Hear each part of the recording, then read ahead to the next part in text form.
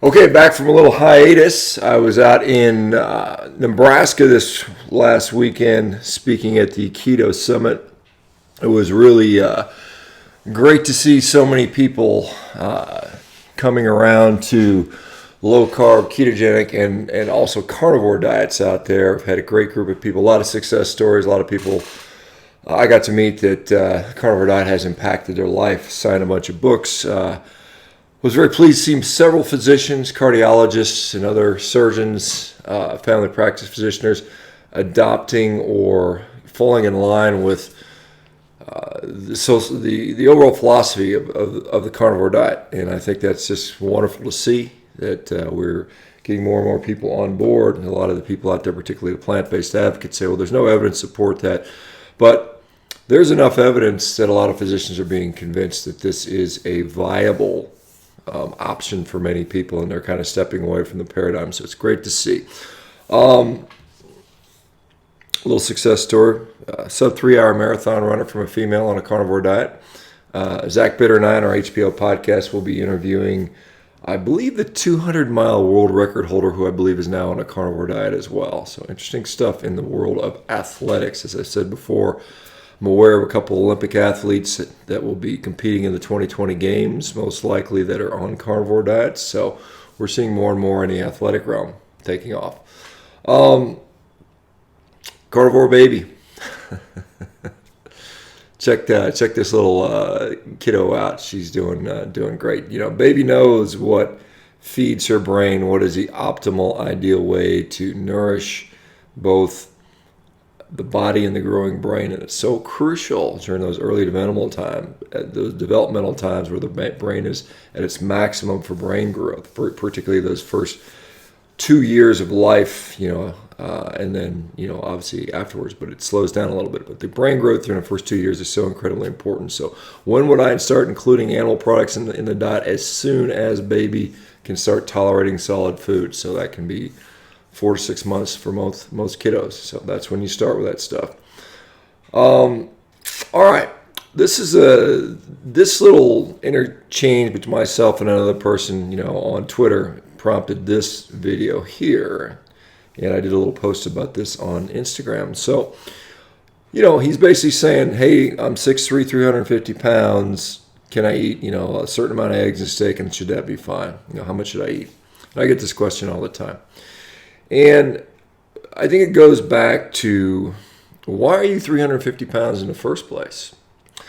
You're not 350 pounds because you don't know what a calorie is. You're not 350 pounds because you don't know that Coca-Cola and chocolate donuts and Doritos and ice cream and, Twinkies are bad for you. I mean, no one needs to hear that. I was on a plane in Omaha, and I was in a back row, the very back seat in the plane, so you can't lean back. It's in the middle. I was in the middle seat. I was flying economy, which is what I typically do. And I was trying to work on my my talk, and I had my computer and laptop on my desk, and I was literally sitting there like a praying mantis with one finger doing that, trying to type. And this lady next to me, who was probably, well over 300 pounds, maybe 350, and I'm in there, trying to do that. And she is literally eating, the cookie. They bring her, they ask you what you want. I'm like, I don't want your crap. Give me some water. They bring her the cookie. She eats the cookie. She has like 3 rounds of Coke.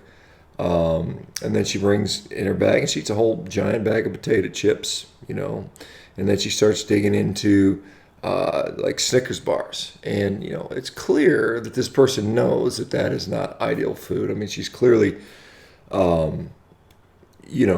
experiencing the negative effects of that. So it's not that people don't have the knowledge. I could have told that 350-pound dude, hey, you need to eat this much protein, this much fat, this much carbohydrate, this much food, and it would have done nothing. It would have served him minimally. He's heard that before, over and over again. And so what I told him was, eat enough so you don't end up eating cupcakes. And this is the whole point. You need to change relationship with food. You have to not be hungry all the time. You You need to enjoy what you eat. Now there's a couple ways. You can do it kind of the vegan-esque option, or I'll just kind of, I'll put it in two different camps here, two different philosophies. And there's obviously gradations between the two and more omnivorous philosophies. But basically the vegan philosophy is I'm just going to load up on highly, particularly fiber-rich food, which is going to maybe fill me up volumetrically. I'm going to keep doing that. I'm going to need lots and lots of recipes to keep it interesting. I'm going to need to have, all kinds of time spent to devote it to food, to eating, to constantly filling myself up with low calorie, high volume food. And that can be a strategy that can work for some people. For many people, they find that challenging to stick to. They find that unpalatable. It is ultimately a forced caloric restriction generally due to high volume. And that is often very not satiating. So you're constantly eating because you're always kind of hungry. The other option is a carnivore-ish approach where you eat to your satiety a bunch of highly nutrient-dense, both protein and fat, animal foods. And then what tends to happen over time is you just don't become hungry anymore for most people. You tend to not eat constantly, but you eat infrequently. Your appetite is normalized. This may take a period of time to occur, but that is, I think also a strategy, in my view, a very effective strategy and potentially the best strategy. Once you change that relationship with food, and I tell people in the beginning, and this is what our coaches at MeatRx.com are trained to do. We're not interested in weight loss in the beginning. We are interested in you developing a new relationship with food so that long term you can have success. Because anybody can do on a crash diet, whether it's vegan, whether it's carnivore, whether it's omnivore, whether it's counting calories, whether it's if it fits your macros, and do that and have short-term success. But long-term success comes with a new relationship with food. And it is both a physiological relationship and a psychological relationship. And those things have to be taken care of, or long-term success is very unlikely. There are, a lot of ways you can do this. I don't know exactly what's going to work for you. There's a lot of options out there, but if you keep that in mind and keep the goal to no longer be sort of subject to the food environment that we are in. I mean, you can't get away from it. You're never not going to be able to go to a place where there's no... My dog is over there chasing his tail, so you can hear his footsteps in the background. So there's not going to be any places, sorry Maximus, that you can go where you're not going to run into donuts and cookies and candies and cakes and social events, and that's always going to be there. So relationship with food is of utmost importance. That is goal number one. Eat enough to keep out of the cupcakes. Eat enough to keep out of the Doritos. Eat enough to keep out of the ice cream. Eat enough to keep out of the pizza. That's how you approach a carnivore diet. That's how you have long-term success. That's how you start. Once you get to that position where you now have appetite regulation, where you now have control over your cravings and addictions, and yes, I do think people have food addiction issues.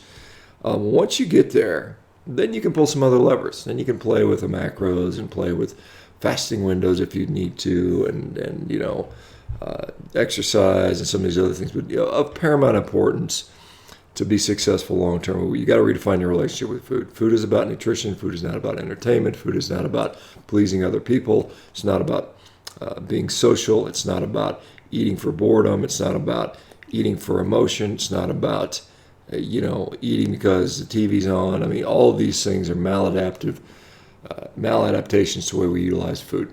Okay, guys? So remember that.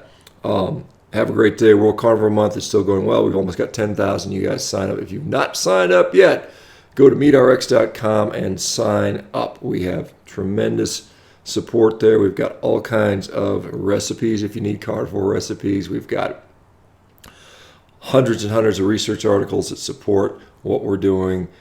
We have hundreds and hundreds of articles on, meat and the environment that you guys can utilize. We've got nearly 50 coaches that are ready to go, that are doing a great job. We have daily live interactive sessions where you can speak directly to me on video if you want to, every single day, and our other meetings that are growing tremendously, all these other support groups. So remember, long-term success will often also come with support. All right, guys, we'll talk to you later. Take care.